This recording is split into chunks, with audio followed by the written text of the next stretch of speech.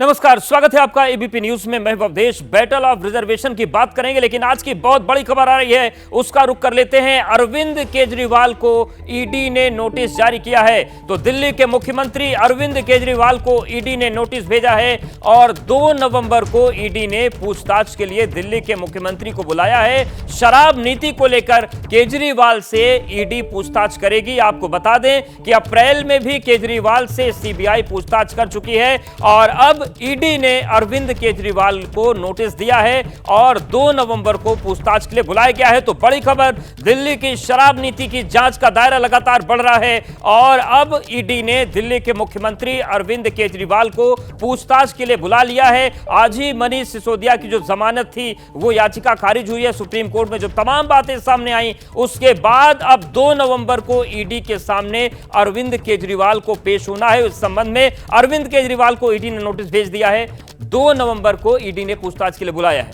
और अंकित हमारे सहयोगी जुड़ गए। अंकित, जिस तरीके से पूछताछ का दायरा बढ़ रहा है, ये आशंका थी और माना भी जा रहा था कि अरविंद केजरीवाल उसके दायरे में कभी भी आ सकते हैं और ईडी ने नोटिस भेज दिया। जी बिल्कुल, देखिए ये कोई पहला मौका नहीं। इससे पहले भी अरविंद केजरीवाल से पूछताछ हुई थी और तब भी हमने देखा था कि अरविंद केजरीवाल से कई घंटे तक पूछताछ हुई थी। हालांकि अरविंद केजरीवाल का यह भी कहना था कि उनको भी कभी भी गिरफ्तार किया जा सकता है, लेकिन उस दौरान अरविंद केजरीवाल से गिरफ्तार तो नहीं किया गया था। लेकिन वो मौका था अप्रैल महीने में इसी साल के, जब मनीष सिसोदिया की गिरफ्तारी हो चुकी थी और वो न्यायिक हिरासत में पहुंच चुके थे। और ऐसे में मनीष सिसोदिया पिछले करीबन 8 महीने से अभी भी जेल के भीतर हैं और आज ही सुप्रीम कोर्ट ने भी उनकी जो जमानत याचिका खारिज की है उसमें सुप्रीम कोर्ट ने अपने आदेश में एक बहुत महत्वपूर्ण चीज कही है और संभवतः उससे जांच एजेंसी को और ज्यादा एक तरह से अपनी जांच को आगे बढ़ाने में जो बल मिल गया है वो ये है कि जांच एजेंसी, सुप्रीम कोर्ट ने अपने आदेश में कहा है मनीष की जमानत याचिका को खारिज करते हुए कि जांच एजेंसी शुरुआती तौर पर 338 करोड़ रुपए का ट्रांजैक्शन जो किया गया है उसको साबित कर पाई है और वो एक बड़ा आधार बना था मनीष सिसोदिया की जमानत को खारिज करने का। तो निश्चित तौर पर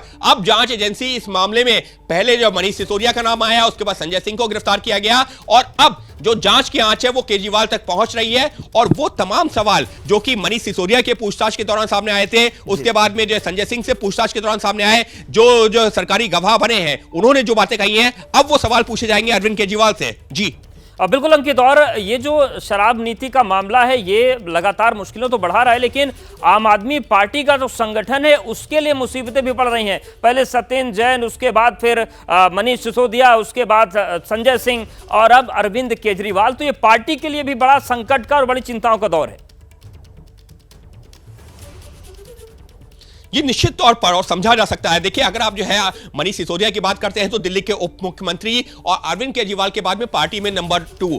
संजय सिंह की आप बात करते हैं तो जो आम आदमी पार्टी का जो संगठन है उसके एक बड़े नेता और राज्यसभा सांसद और सबसे जो मुखर सांसद के तौर पर उनकी छवि है। तो ऐसे में 2 बड़े नेता पार्टी के पहले ही जेल की सलाखों के पीछे हैं। एक और जो सत्येंद्र जैन उनके मंत्री हैं वो दूसरे मामले में जेल में है। तो एक एक करके जो तमाम बड़े नेता जो पार्टी से जुड़े हुए हैं वो जेल की सलाखों के पीछे जा रहे हैं। केजरीवाल से पूछताछ, और ऐसे में जबकि मनीष सिसोदिया जेल में है, संजय सिंह जेल में है। बिल्कुल अंकित, आपके पास आते हैं, लेकिन इन सब के बीच जो ये नोटिस आया है इस पर दिल्ली के कैबिनेट मंत्री सौरभ भारद्वाज क्या कह रहे हैं वो एक बार सुन लेते हैं।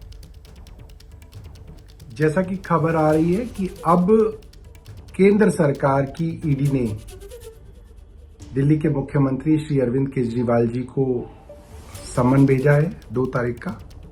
इससे बात साफ हो जाती है कि केंद्र सरकार का एक ही मकसद है, किसी तरीके से आम आदमी पार्टी को खत्म कर देना, और इसके लिए वो कोई कसर नहीं छोड़ रहे। किसी तरीके से कैसे भी फर्जी केस बना के मुख्यमंत्री अरविंद केजरीवाल जी को जेल में बंद किया जाए और आम आदमी पार्टी को खत्म किया जाए। तो ईडी के नोटिस पर प्रतिक्रियाओं का दौर चल रहा है और बीजेपी नेता हरीश जी हमारे साथ जुड़ गए। हरीश जी, ईडी ने मुख्यमंत्री अरविंद केजरीवाल को नोटिस दिया है, 2 तारीख को बुलाया है, लेकिन आम आदमी पार्टी कह रही है कि केंद्र सरकार और बीजेपी आम आदमी पार्टी को खत्म करना चाहती है, इसलिए ये सब हो रहा है। देखिए, बहुत सारे सवालों के जवाब तो अरविंद केजरीवाल को देने होंगे और जिस प्रकार से आज सुप्रीम कोर्ट का फैसला 338 करोड़ के बारे में जिक्र किया गया, वो बहुत महत्वपूर्ण हो जाता है अरविंद केजरीवाल के बारे में, क्योंकि हम सबको पता है कि बिना अरविंद केजरीवाल के फैसले के बगैर या उनकी नॉलेज के बगैर पत्ता भी नहीं हिलता आम आदमी पार्टी के अंदर। और 338 करोड़ रुपए जो ये सो कॉल्ड मनी ट्रेल मिले हैं, उसकी जानकारी निश्चित तौर से ऊपर अरविंद केजरीवाल को होगी। मुझे लगता है कि अरविंद केजरीवाल को बहुत सारे सवालों के जवाब देने होंगे, और स्पेशली अब जो ये नाटक है इन लोगों का कि हम तो ईमानदार हैं, वो चेहरा भी उतर चुका है आज, क्योंकि सुप्रीम कोर्ट ने 30 बार टोटल 30 बार जो बेल रिजेक्ट करी है मनीष सिसोदिया की, उसके बाद तो इनके पास कोई जवाब नहीं है। और स्पेशली अब जब उनकी टिप्पणी आई है कि 338 करोड़ रुपए का मनी ट्रेल कहीं ना कहीं साबित होता है, इसे साफ लगता है कि अरविंद केजरीवाल को जवाब देना होगा। बिल्कुल, लेकिन हरीश जी इस मसले पर आतिशी भी अपना बयान दे रही थी। उनका कहना था कि जिस मनी ट्रेल की बात कही जा रही है उसमें ईडी ये बता ही नहीं पा रही है कि पैसा कहां से आया और किसके पास गया, और वो सुप्रीम कोर्ट के इस आदेश से सहमत नहीं है।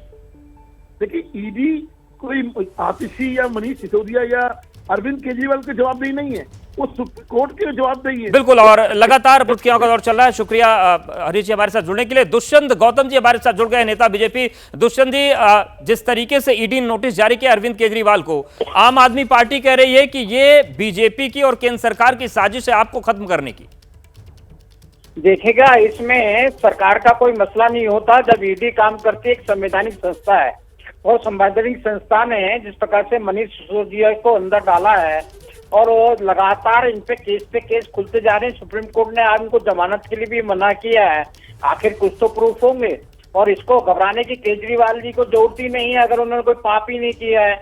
लेकिन पाप किया और साफ साफ दिखाई देता है। इन्होंने शराब पॉलिसी लेके आए, अगर इतनी अच्छी तो वापसी क्यों की, और किस प्रकार से यही नहीं है। अगर एक मर्यादाओं के माध्यम से अगर देखें, ये शराब पॉलिसी समाज और संस्कार, हमारे संस्कारों के लिए भी गुनाहगार थी। एक बोतल के साथ एक बोतल फ्री देना हमारे, आप देखेंगे हम जब से कांग्रेस की सरकार भी रही है, शासन में हमारी भी सरकारें रही हैं, और देश आजादी के बाद महापुरुषों के जन्मदिन पर, महापुरुषों से जुड़े हुए दिनों पर शराब को, ठेकों को बंद रखता था। रामनवमी हो, कृष्ण जन्माष्टमी हो, ईद हो, चाहे बड़ा दिन हो। बिल्कुल, लेकिन दुष्यंत गौतम जी, शराब तो आबकारी जो विभाग है वो तो ये बताता है कि उसकी आय का बड़ा स्रोत है, और तमाम आपके भी शासित राज्य जहां पर शराब बिक रही है, हालांकि जो नियम कानून है। लेकिन सवाल ये है कि इंडिया गठबंधन जो है वो लगातार ईडी पर निशाना साध रहा है और सरकार पर निशाना साध रहा है। अब जब मुख्यमंत्री दिल्ली के नोटिस के दायरे में आए हैं तो आप पर बड़े हमले होंगे इंडिया गठबंधन की तरफ से। तैयार हैं आप लोग जवाब देने के लिए? नहीं, हमें कोई परेशानी नहीं है, क्योंकि ऑलरेडी इन्होंने जो गुनाह किए हुए हैं, आप इंडी गठबंधन के अंदर भी देखेंगे ना, हमने केस नहीं किए, उन्होंने आपस में ही केस किए हुए हैं। हमने क्या लालू यादव पे केस किया था, वो नीतीश कुमार ने किया हुआ है। ये केजरीवाल ऑलरेडी इनको सब भ्रष्ट बताते रहे थे, इसमें हमारा कोई रोल नहीं है। अपने आप में ही भ्रष्टाचारियों को एक ग्रुप है जो अपने आप पे भ्रष्टाचार जो किए उनसे बचने का एक षड्यंत्र कर रहे हैं। जनता तो इनको नकार ही चुकी है। बिल्कुल, और जनता ही ये तय करेगी कि क्या सही चल रहा है। शुक्रिया दुष्यंत जी हमारे साथ जुड़ने के लिए और बातचीत करने के लिए। तो बीजेपी के वरिष्ठ नेता दुष्यंत गौतम जी हमारे साथ जुड़े थे। अंकित लगातार बने हुए हैं। अंकित, बीजेपी जबरदस्त तरीके से हमलावर इस पूरे मामले को लेकर, आपने दो नेताओं को सुना, वो ये कह रहे हैं कि जो भ्रष्टाचार मुक्त पार्टी की बात कर रहे थे उनके चिट्ठे खुल रहे हैं, इसलिए इस तरीके की बातें कर रहे हैं।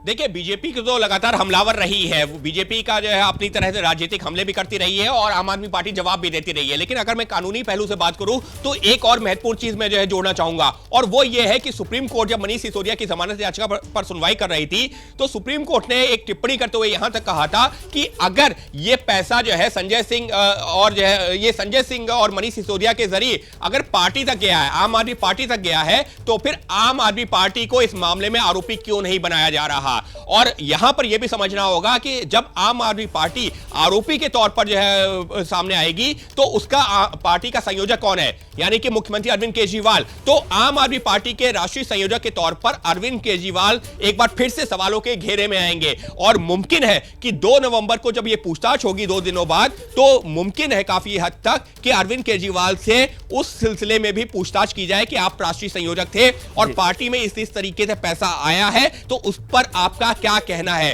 तो अरविंद केजरीवाल की मुश्किलें निश्चित तौर पर 2 नवंबर के जो पूछताछ होगी उस दौरान बिल्कुल। बढ़ती हुई और अंकित, एक बार ये जो 338 करोड़ का मामला, ये भी आपसे थोड़ा विस्तार से समझना चाहेंगे, जिस पर आज विशेष रूप से सुप्रीम कोर्ट ने टिप्पणी की है। ये क्या है मनी ट्रेल 338 करोड़ रुपए की? देखिए, ये पूरा मामला ये था कि किस तरीके से कुछ जो है, जो शराब कारोबारी है, जो बड़ी बड़ी कंपनीज थी, उनको फायदा पहुंचाने के लिए पॉलिसी में बदलाव किया गया। और बिल्कुल अंकित, आपके पास आएंगे। आम आदमी पार्टी के नेता संजीव झा जी हमारे साथ जुड़ गए हैं। संजीव जी, इस तरीके से दिल्ली के मुख्यमंत्री अरविंद केजरीवाल को नोटिस जारी किया गया ईडी का, इस पर क्या पहला रिएक्शन है आपका और आपकी पार्टी का? देखिए, मुझे लगता है कि इनकी डे वन से यही कोशिश थी कि किसी तरह अरविंद केजरीवाल जी को जेल में बंद कर दिया जाए। देखिए, परेशानी क्या है, अरविंद केजरीवाल जी की राजनीति से अब इनको स्कूल में बात करना पड़ रहा है, अस्पताल में बात करना पड़ रहा है, बदल राजनीति में बात करना पड़ता है, अंतिम व्यक्ति की बात करना पड़ रहा है। ये बहुत मुश्किल है। ये देश के लूटने वाले लोग, इनकी कोशिश ये थी कि ये जो नई राजनीति आई, जिस राजनीति से अंतिम व्यक्ति को फायदा खत्म कर दो, तो अरविंद केजरीवाल को जेल में बंद कर दो, आपने आम आदमी पार्टी अपने आप खत्म हो जाएगी। फिर हमें वो दंगे की बात करना करेंगे, लूट खसोट की बात करेंगे, और हमारा धंधा चलता रहेगा। तो ये कोशिश यही है कि अरविंद केजरीवाल जी की जो राजनीति है, जिस राजनीति से आज स्कूल की बात तो खत्म करने की कोशिश है। लेकिन एक बात समझिए, आप भगवान नहीं हो, आप किस्मत नहीं बदल सकते। तो लेकिन संजीव झा जी, आज जो बात सुप्रीम कोर्ट ने जमानत याचिका खारिज करते हुए मनीष सिसोदिया जी की कही 338 करोड़ के ट्रेल की, उस पर भी बात करेंगे। सौरभ भारद्वाज जी हमारे साथ जुड़ गए हैं, दिल्ली के कैबिनेट मंत्री हैं। सौरभ भारद्वाज जी, जिस तरीके से आज पूरा वाकया हुआ सिसोदिया जी की जमानत को लेकर और ईडी की नोटिस को लेकर, इस पर आप क्या कहेंगे?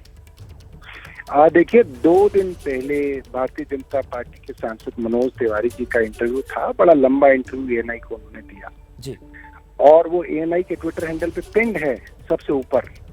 उसमें उन्होंने 2 दिन पहले कहा, सुप्रीम कोर्ट की जजमेंट पे आने से पहले उन्होंने कहा कि अब अगला नंबर गिरफ्तारी का अरविंद केजरीवाल जी का और राघव चड्ढा का है। उनसे पूछा गया, आपको कैसे मालूम? कह रहे, बस हमें मालूम है। तो इससे ये बात जरूर साबित होती है कि कोई मनोज तिवारी ईडी के अफसर नहीं है, ना ईडी के जो है डायरेक्टर हैं, मगर वो भारतीय जनता पार्टी के नेता हैं, भारतीय जनता पार्टी के सांसद हैं। और वो अगर भारतीय जनता पार्टी के सांसद कह रहे हैं कि अब इन 2 लोगों को गिरफ्तार किया जाएगा, तो एक बात साफ है कि सुप्रीम कोर्ट के जजमेंट आने से पहले ही ये बात तय थी कि अब जो है गिरफ्तारी के अंदर नंबर अरविंद केजरीवाल जी का है। ये कोई मेरिट पे चलने वाली गवाही नहीं है कि आप किसी को बुला रहे हैं, आपसे उसे पूछताछ। तो क्या सौरभ जी 2 तारीख की पूछताछ के पहले ही ये मानकर चल रहे हैं कि अरविंद केजरीवाल जी को गिरफ्तार किया जाएगा, ये मान रही है आम आदमी पार्टी?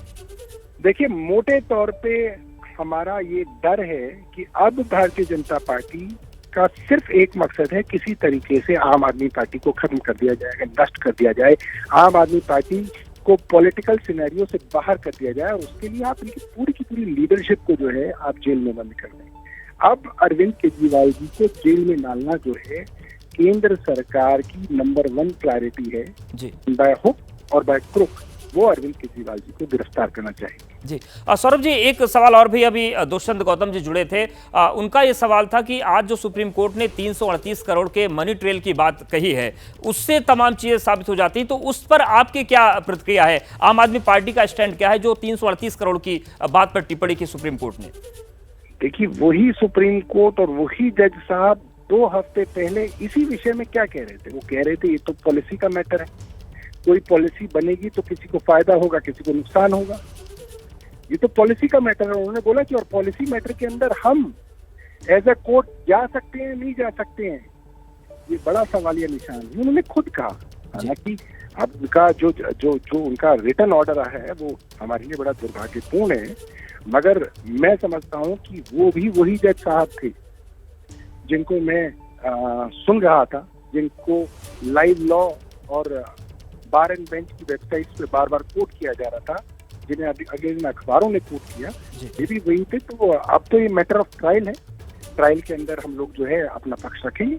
जी, सौरभ जी, बीजेपी अब ये भी आरोप लगा रही है आज के इस घटनाक्रम के बाद कि आम आदमी पार्टी कहती जरूर थी कि हम भ्रष्टाचार से मुक्त दल हैं, लेकिन ये जो चीजें हो रही इससे उनका चिट्ठा खुल रहा है, वो सीधा आरोप लगा रहे हैं, सीधे अब ला रहे हैं आप पर। अब देखिए, हिंडनबर्ग की इतनी बड़ी रिपोर्ट आई, अदानी साहब का पूरा शेयर वैल्यू आधे से भी कम रह गया।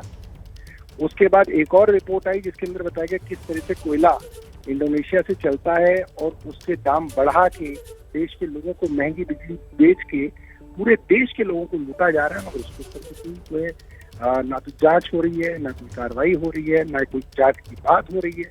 तो अभी तो भारतीय जनता पार्टी के पास सत्ता है जी, आज तो सीएजी रिपोर्ट भी आती है, तो सीएजी रिपोर्ट को जो है ठंडे बस्ते में डाल दिया जाता है, उसके ऊपर कोई जांच नहीं होती। हाईवे के ऊपर बहुत बड़ी रिपोर्ट आई, आयुष्मान भारत के ऊपर सीएजी ने बहुत बड़ी रिपोर्ट दी, बड़े घोटाले की जो है उन्होंने की तरफ जो है इशारा किया, मगर तो कोई जांच नहीं होती। आज तो भारतीय जनता पार्टी का सिक्का चल रहा है, आज तो उनके पास सत्ता है और वो सत्ता के गुरूर में, सत्ता के नशे में चूर है।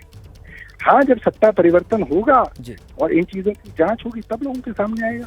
बिल्कुल, और जनता के सामने सारी चीजें साफ हो जाएगी। धन्यवाद सौरभ जी, हमारे साथ आप जुड़े। तो दिल्ली के कैबिनेट मंत्री सौरभ भारद्वाज जुड़े थे। उनका कहना था कि बीजेपी सत्ता में है तो इस तरीके की चीजें हो रही, लेकिन सत्ता में जब नहीं रहेंगे तब सब कुछ साफ हो जाएगा। इस बड़ी खबर पर लगातार निगाहें बनी हुई है। वक्त एक छोटे से। जैसे ही घड़ी का काटा दोपहर 2:30 पे आए, बबीता जी का दिल सास बहू साजिश के लिए मचल जाए।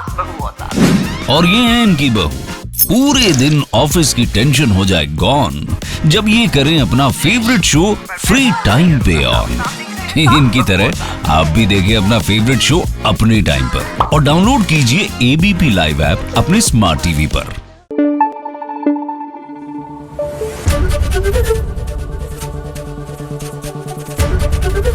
एबीपी न्यूज आपको रखे आगे।